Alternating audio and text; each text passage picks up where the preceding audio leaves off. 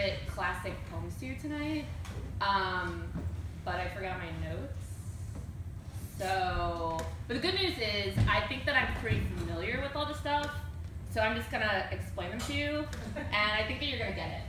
I think, yeah, we can do this together. Okay. Yeah, what do you think? Yeah. I've been using the Lumosity app a lot lately. Sure. Does anybody else know? Yeah. My memory is just getting better and better. So this first poem is by Robert Frost, and it's like, you know, when you're on a walk and there's like, you know, maybe you're in a public park and there's like a path and it looks kind of shitty, and there's like, maybe it's like, you know, the foliage is kind of dense, or there's kind of like mosquitoes, or like a bunch of puddles. So there's that one.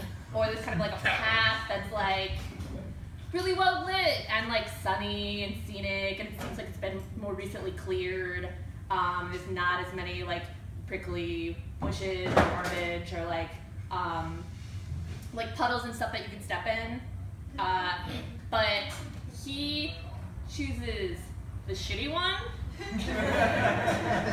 and it's significant.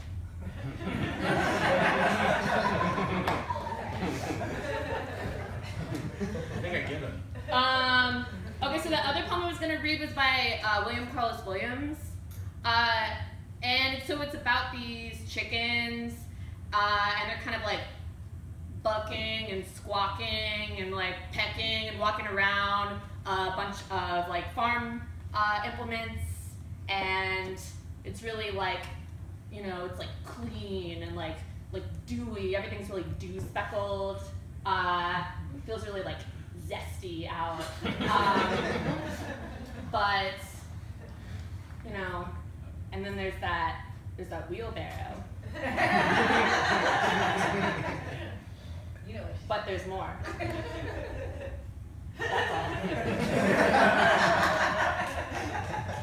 all. This one's really good. Yeah, this one's by Ezra Pound. He's kind of hot.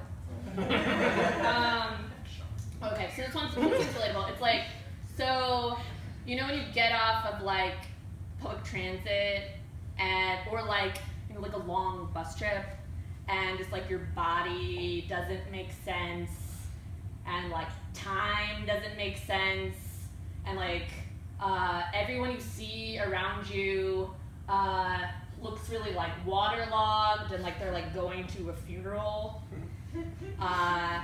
and like they're just like these wet black boughs, or like wet black leaves on a bough. Petals on a wet black bough. It's like being at the Amtrak. Oh, I was going to title these. That was going to be a good part of this. So that one's at the Amtrak. Oh, the last one was, that one, I think that was Blucking and Squawking. Yeah, and the one for that, the Robert Frost, was the Place Les Ganon.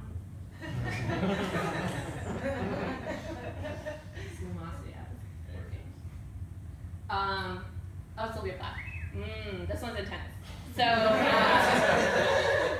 okay, so it's like, it's a poem, right? So it's kind of like she's talking to her dad, right? But it's like,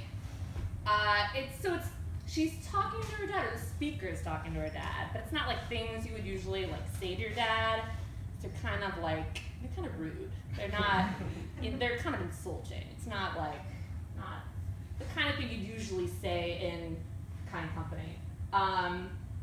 Basically, she's like, you're a spiritual vampire, and you're kind of like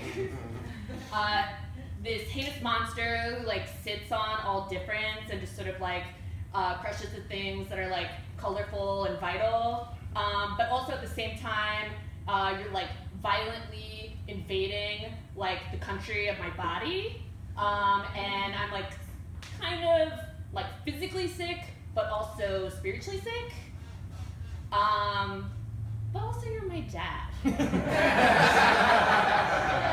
So like But anyway, I can't even do anymore. That one's called Dado. But,